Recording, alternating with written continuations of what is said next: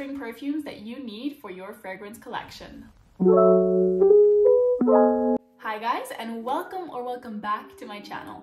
My name is Joy, and on this channel we talk about beauty, fragrance, and everything that makes us glow. Today I'll be showing you guys some beautiful spring perfumes that are just absolutely gorgeous for this new season. If you haven't already, please do subscribe below. It helps out my channel so massively, and don't forget to leave a like or a dislike down below. Let's get into the video. First perfume that would be perfect in your spring fragrance wardrobe is Daisy Eau So Fresh by Marc Jacobs. This one actually is such a beautiful, easy wear, and it is also really affordable. I think this goes for like 50 pounds or something. It isn't eau de toilette, but I will say, to me, this performs like a eau de parfum. Now, this is a fresh, fruity, floral fragrance with a very pronounced raspberry note, and I don't know what it is. Recently, I've been really into fragrances with that raspberry note because it's that perfect balance in between sweet and tart. And so in here we have notes of, as I said, raspberry at the top, which is very much in the forefront. We have some green notes. It does remind me a little bit of like sweet, freshly cut grass, if that makes sense. I feel like I can smell that in here. We have some lychee, we have some beautiful florals, we have some apple blossom, and this is definitely, to me, one of the main notes as well. It kind of smells like when you're walking past like blooming trees or blooming bushes that have just blossomed. This is exactly what that smells like. We have some musk and some woods in the base, but all in all, there's no note that sticks out here too much or too little. This is a really, really good blend, and it lasts really long considering that this is more of a fresher perfume. It's definitely on the light side, but it still has like a body to it and a sweetness to it. This lasts me like 8 hours. Sometimes I can still smell it the next day, especially on clothes. It lasts me like 3 days. So yeah, if you want an easy wear, this is office friendly, this is everyday friendly, get you Eau So Fresh by Marc Jacobs. Next up, we have a long time cult favorite, but I do think it's still relevant. And as you can see by how much I've used of it, this has been something I have reached for quite a bit. And that is Miss Dior by none other than Dior. Now, this one is a bit tricky because I do feel like it is a very likable DNA. Having said that, it is quite powdery. And that is something that I think a lot of people struggle with. It is, to me, kind of a very elegant, sophisticated, but very feminine fragrance. Like, it's kind of that girly girl that doesn't really have to worry about paying her bills. Notes that we have in here are some vanilla, some tonka, some musk, some benzoin, sandalwood, some fruity notes in the middle, and then some florals at the top. One thing that I will say that stands out from here, which kind of gives it that powdery note, is iris. If that's something you don't like, maybe this is not for you, but all in all, this is a massive compliment getter. I get compliments on this all the time. I think Dior really has figured out the kind of very likable and compliment magnet DNA that they have throughout most of their perfumes. None of them are really offensive. They're very likable for the everyday person, so you're always gonna smell well put together with this. Next up, we have a perfume that honestly I did not like when I first smelled it, and that is Musk Therapy by Initio. Now, unfortunately, I don't have a full bottle of this, so I only have a tester with me right now. I am considering purchasing the full bottle. This, in the opening, was an immediate no for me. It was giving me grape soda with hay in it vibes. Like, it wasn't pleasant at all. And the reason for this is, I think, is the black currant. And we have highy in here, which is a flower that kind of smells quite funky, quite kind of weird. In the initial spray, After about 3 or 4 minutes, this completely changes, and it actually blew my mind. I have to say, in the dry down, this is a stunning fragrance. This is so smooth and so comforting. This is really well blended. The quality on this is insane. I have to say, on all Initio perfumes, the quality is absolutely amazing. After a while, the notes just blend. The musk, the blackcurrant, we have some bergamot, some citrus in there. We have, as I said, the highy, we have some magnolia, then white sandalwood. It's the perfect blend between creaminess, freshness, woodiness. It just is so nice. Your skin but better vibe. You can't quite put your finger on why it smells so good, but it just does. To me, this is almost like an aphrodisiac, and I think that's even what it's inspired by. This maybe, you know, if you want some pheromones to catch you a man. I'm just putting that out there. For spring, it's gonna go so well because it is one of your fresher perfumes, but it's so creamy and it's so, just lovely. Lovely, lovely, lovely. Get past the initial opening. Don't be fooled by it. Musk Therapy by Initio. Next, we're going to be talking about a perfume that to me literally is just happiness in a bottle. Bal D'Afrique by Byredo. I do have a full bottle of this, however it's in London currently and I'm at home. The best way to describe this perfume to me is, you know that feeling when you wake up on like a spring day and the sun is shining, it's like a really nice temperature and it's just been raining the last couple of days, and you go outside and it's that beautiful crisp air that's so clean and so fresh, like all the sins of humankind have been washed away, and you're walking through nature and the water still kind of evaporates from the grass and the flowers and just kind of nature itself, and the sun is shining and you just feel good. If Bal D'Afrique was a person, it would be that person that always comes in super chipper in the morning in the office while everyone else is still hunched over, like barely made it out of bed. This is a woody citrus floral fragrance. We have some musk amber and woods in the base. We have some florals in the middle, and then this beautiful bergamot and lemon at the top, which just gives it such a nice zest, such a nice zing. This fragrance is guaranteed to boost your mood. This also gets me massive amounts of compliments. Like, this is a huge compliment getter. People can smell happiness on you, I think. I don't know, probably not. This to me projects really well and lasts about 6 to 7 hours. So that's something I'm very much okay with, considering it's more of a fresh scent. Now we're gonna talk about a vanilla fragrance that is perfect for spring and especially perfect for those who like vanilla but not the gourmands. So you may or may not know that I love good gourmand. I'm a huge vanilla and like food smelling person. I want to smell like I'm a cupcake from the most expensive bakery in your city. Having said that, I also understand that not everyone wants to smell like that. You need to go get Eau Duelle by Diptyque.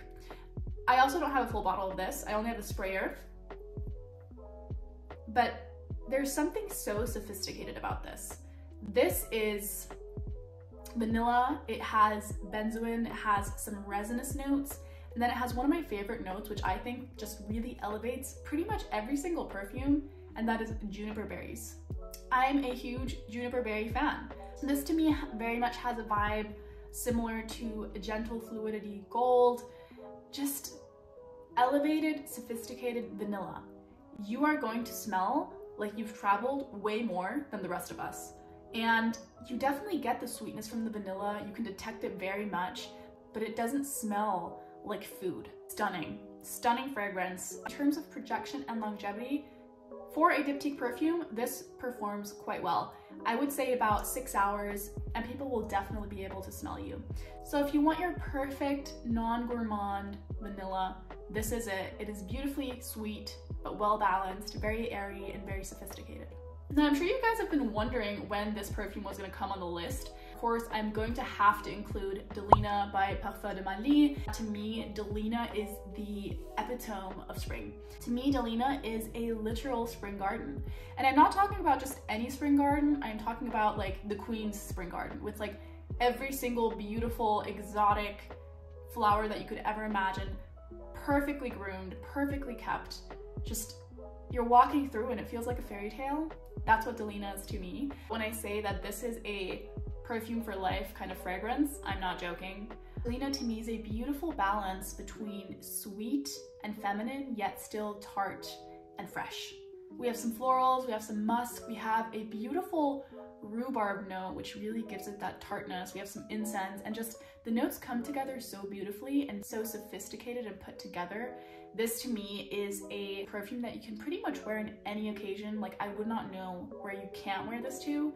This you could do for every day. This you could do to the office. This you could do for date night. This you could do for dinner. You could go for brunch with your friends. You could cry in your bathroom. It just works.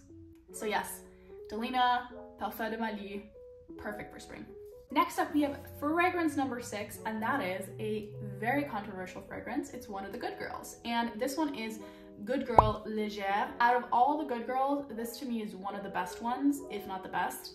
It is a sweet, delicious, creamy, white, floral, praline, tonka bomb. Stunning. The girl that wears this has like that silent confidence about her and will be perceived as such. This is a stunning date night fragrance. This is really well balanced. I think the normal Good Girl is a little bit more intense, and this to me is way more elevated. This is way better balanced. I like the composition a lot more. This actually develops so beautifully as time goes on. In the beginning, it's quite sweet. We have some white florals. We have, again, tonka, dulce de leche, praline in the bottom, which really gives it that kind of almost sickly sweetness in the beginning when you first spray it, but don't be fooled. It dries down. It's stunning. It's really a beautiful white floral gourmand mix that I can recommend to anyone. This is quite versatile. It is something that you can very much wear during the day if you don't overspray, but this could also be a fantastic date night fragrance. I've worn this to so many dates and I've pretty much gotten a compliment every single time. In fact, there was this one guy where I would always wear this fragrance and every single time he complimented me on this. So yes, if you want to get yourself a man, you need to go get this. Now, when it comes to the next fragrance, you need to ask yourself one question. Do you want to smell like you are better than everyone else? Because that is exactly what Orpheus by Diptyque smells like to me. Very much experimenting with Diptyque bottles. I have to say in the beginning, they weren't exactly my vibe, but I've come to love a lot of them. And I do have like 3 or 4 in my collection now. Now Orpheus literally just smells rich. It just smells super wealthy. In fact, it's kind of that old money vibe, like you're wearing Loro Piana, you're in the south of France every holiday, you have like 3 houses abroad, you've traveled the entire world, like you just have seen more places than other people. This is definitely more of a quiet fragrance, but it screams sophistication. This screams put together, this screams like you went to an Ivy League school. This screams that your family has like an unimaginable amount of wealth and nobody really knows where it comes from, and there's probably some tax evasion involved, but nobody really talks about that. This is that fragrance to me. So remember how I mentioned when I was talking about Eau Duelle that juniper berries make a perfume smell expensive? Well, we just have confirmed that theory because this has juniper berries in it as well. So guys, if you want to smell expensive, get yourself a perfume that has juniper berry. I don't make the law. It is what it is. So we have powdery notes in this. We have some woods, we have a jasmine in the middle, and the beautiful juniper berries on top. It is a very powdery fragrance, I will say that. So if that's not something you like, won't be your vibe. It's stunning. This really is that kind of scent that you get when you're in a 5-star hotel and you're just surrounded by wealthy people. Like the cheapest room that you can get there is like $500–600 pounds. This leaves a beautiful scent trail, just beautiful. It's fresh, it's woody, it's slightly citrusy, it's powdery, just smells better than everyone else. So if you want to smell like that, Orpheus from Diptyque. And last but not least, we have a perfume that I think is super underrated that I don't really hear anyone talking about. That is Acqua di Parma's Magnolia Infinita. Now, as you may be able to guess from the name, Magnolia is the hero in this perfume, and it is the most beautiful, sophisticated, feminine, fresh magnolia.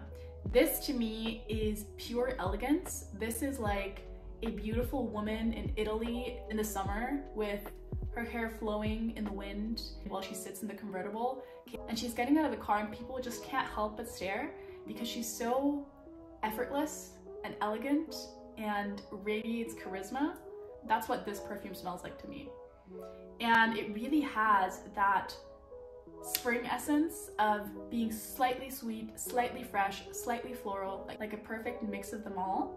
You have to like magnolia, of course, but we also have some musk, some beautiful patchouli, and just this is a fragrance that I can't see anyone disliking. This is so mass pleasing, and that's why I'm sad that nobody really talks about this because I think it should get more attention. Beautiful.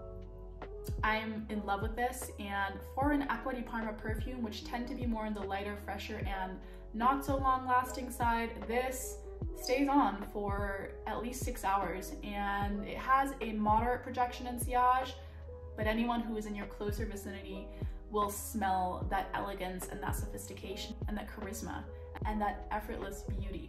Thank you guys so much for watching. I really appreciate every single one of you. Of course, I would love to know what your favorite spring perfume is, so please do comment that down below. If you haven't already, hit that subscribe button, leave a like or a dislike, and I will see you guys in the next video.